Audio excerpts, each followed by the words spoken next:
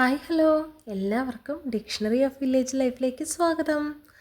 അപ്പോൾ ഇന്ന് ഞാൻ ഒരു അമരയ്ക്ക തോരനുമായിട്ടാണ് വന്നിരിക്കുന്നത്.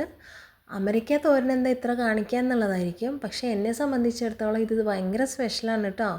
കാര്യം എന്താണെന്ന് വെച്ച് കഴിഞ്ഞാലേ, എൻ്റെ അധ്വാനത്തിൻ്റെ ഫലമായിട്ട് ഞാനൊരു അമരയ്ക്ക 4 സ്വന്തമായിട്ട് ഉണ്ടാക്കി കൃഷി ചെയ്ത് ഉണ്ടാക്കി എന്ന് പറഞ്ഞ് അത് തന്നെ ഞാൻ ഉണ്ടാക്കി തോരനാക്കി കഴിക്കുന്നു എന്നൊക്കെ പറയുമ്പോൾ ഭയങ്കര സന്തോഷമാണ്.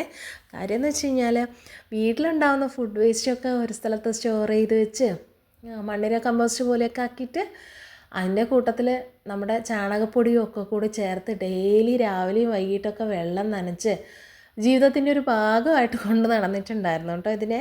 എന്നിട്ട് അങ്ങനെ അതിൻ്റെ അകത്തുനിന്ന് കുറച്ച് എനിക്ക് അമരവാൾ കിട്ടിയപ്പോൾ ഞാൻ വിചാരിച്ചു അത് തോരനുണ്ടാക്കുന്നത് എന്നെ സംബന്ധിച്ചിടത്തോളം ഭയങ്കര സ്പെഷ്യലാണ്.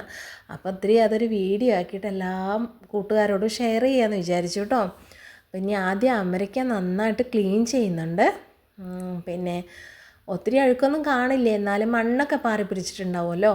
അപ്പോൾ എന്നിട്ട് നന്നായിട്ട് കഴുകിയിട്ട് അമരയ്ക്കയ്ക്ക് അറിയാമല്ലോ 2 വശത്തും ചെറിയൊരു നാരുണ്ട്. അപ്പോൾ ആ നാര് കളഞ്ഞാൽ കഴിക്കുമ്പോൾ നല്ല ഇതായിരിക്കും. ഇല്ലെങ്കിൽ കുഞ്ഞുങ്ങളൊക്കെ ചിലപ്പോൾ ഈ നാരൊക്കെ തടയുമ്പോഴത്തേനും അവർക്ക് കഴിക്കാനായിട്ട് അത്ര ഇഷ്ടം കാണില്ല. അപ്പോൾ അതുകൊണ്ട് ആദ്യം നാരൊക്കെ ഒന്ന് നീക്കിയെടുത്തതിന് ശേഷം കുനുകുന കട്ട് ചെയ്തു കേട്ടോ. കുനുകുന കട്ട് ചെയ്യുന്നത് പച്ചക്കറി അത്ര കുനുകുന കട്ട് ചെയ്യുന്നതിനോട് എനിക്കത്ര ഇഷ്ടമല്ല. പക്ഷേ തോരനൊക്കെ ആകുമ്പോഴത്തേനും കാണാൻ ഇത്തിരി ചന്തത്തിന് വേണ്ടിയിട്ട് ഇത് ഇത്തിരി കുനുകുന കട്ട് ചെയ്തു.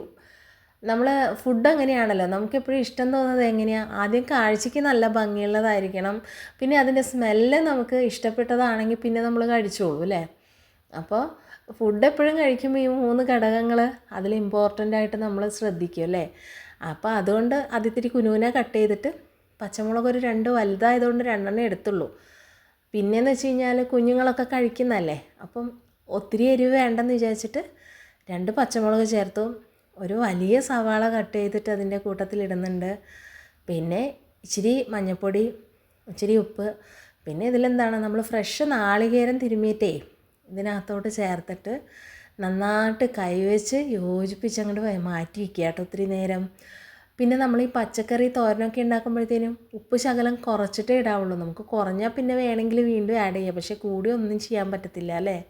പിന്നെ ഉപ്പിൻ്റെ ടേസ്റ്റ് അധികമായിട്ട് നിന്ന് കഴിഞ്ഞാൽ നമുക്ക് ഫുഡിൻ്റെ ടേസ്റ്റ് മനസ്സിലാവില്ല എന്നാണ് ഞാൻ വിചാരിച്ച് വെച്ചേക്കണേ. ശരിയാ തെറ്റാണെന്നൊന്നും അറിയത്തില്ല കേട്ടോ. നിങ്ങളിങ്ങനെയൊക്കെ തന്നെയാണോ അമരയ്ക്ക തോരൻ ഉണ്ടാക്കണേ? അപ്പം എന്നിട്ട് ഞാനത് ഇത്തിരി നേരം മാറ്റി വെച്ചതിന് ശേഷം എനിക്കെല്ലാം ചട്ടിയിൽ കുക്ക് ചെയ്യാനാണ് ഭയങ്കര ഇഷ്ടം. ഞാൻ കഴിവതും അലുമിനിയം പാത്രങ്ങൾ ഒഴിവാക്കുകയാണ്. അതിൻ്റെ ആരോഗ്യവശങ്ങൾ അങ്ങനെയൊന്നും ചിന്തിച്ചിട്ടൊന്നുമല്ല, പക്ഷേ എനിക്ക് എന്തോ ചട്ടിയിൽ കുക്ക് ചെയ്ത് കഴിക്കാൻ ഭയങ്കര ഇഷ്ടമായതുകൊണ്ടാണേ. എന്നിട്ട് ആ ചട്ടിക്കകത്ത് ഇത്തിരി കറിവേപ്പില ഇട്ട് വെളിച്ചെണ്ണ ഒഴിച്ച് കടുകിട്ടൊന്ന് പൊട്ടി വരുമ്പോഴത്തേനും പിന്നെ അറിയാമല്ലോ നമുക്ക് എളുപ്പമുണ്ട്. കാര്യം നേരത്തെ നമ്മൾ കട്ട് ചെയ്തിട്ട് എല്ലാം മിക്സ് ചെയ്തിട്ട് മാറ്റി വെച്ചേക്കുമായിരുന്നു അല്ലേ. അപ്പോൾ പിന്നെ അതിങ്ങനെ ഇട്ടിട്ട് വെള്ളമൊന്നും ഒരു തുള്ളി പോലും ചേർക്കില്ല കേട്ടോ. ചട്ടി ആയതുകൊണ്ട് തന്നെ ചട്ടിയുടെ ആ ഒരു ചൂടും, ചട്ടിക്ക് പൊതുവെ മറ്റുള്ള പാത്രത്തെ അപേക്ഷിച്ച് ഒന്ന് ചൂടായി കിട്ടിയ ഇത്തിരി ചൂട് ലാസ്റ്റ് ചെയ്ത് നിൽക്കുമല്ലേ. അപ്പോൾ ആ ചൂടും പിന്നെ അതിൻ്റെ കൂട്ടത്തിൽ അത് അടച്ച് വെക്കുമ്പോഴത്തേനും അതിൻ്റെ അകത്തുനിന്ന് വരുന്ന ആവിയിൽ തന്നെ വെന്തോളും അത്.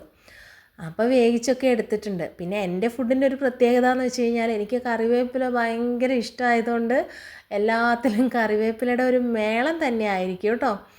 അപ്പം നിങ്ങളിങ്ങനെയൊക്കെയാണോ അമരയ്ക്ക തോരൻ ഉണ്ടാക്കണേ? അപ്പോൾ കുഴപ്പമില്ല, നന്നായിരുന്നു കേട്ടോ.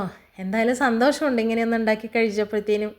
അപ്പോൾ എൻ്റെ ഈ കുഞ്ഞു ചാനലും എൻ്റെ വിശേഷങ്ങളും എല്ലാം എല്ലാവർക്കും ഇഷ്ടമാവുകയാണെങ്കിൽ ഈ ചാനലൊന്ന് സബ്സ്ക്രൈബ് ചെയ്യണം, ലൈക്ക് ചെയ്യണം, കമൻറ്റ് ചെയ്യണം. നിങ്ങളുടെ എല്ലാവിധ സപ്പോർട്ടും ഉണ്ടാവണം കേട്ടോ. എന്നെ സപ്പോർട്ട് ചെയ്യുന്ന എല്ലാവർക്കും 1000 താങ്ക്സ്. എല്ലാവർക്കും നല്ലത് വരട്ടെ പ്രാർത്ഥിക്കും.